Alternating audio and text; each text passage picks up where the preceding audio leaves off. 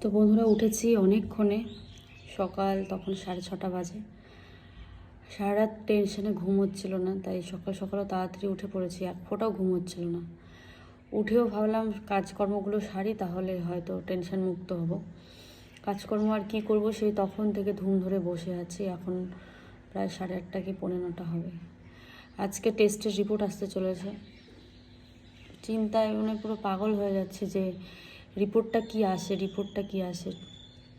এখন ফোন করলাম ওখানে, তো দেখি ওনারা কি আমাকে বিলটা পাঠাতে বলো, বিলটাও পাঠিয়ে দিলাম। টেস্টের রিপোর্ট কি আসবে সেটার উপর অনেক কিছু নির্ভর করবে, সেই জন্য অপেক্ষায় বসে আছি। আর এত মনটা খারাপ হচ্ছে, আজ আমি না কোনো শ্যুট করতে পারছি না, সকালে কাজকর্ম না কিছু করতে পারিনি। ভীষণ চিন্তা আছে।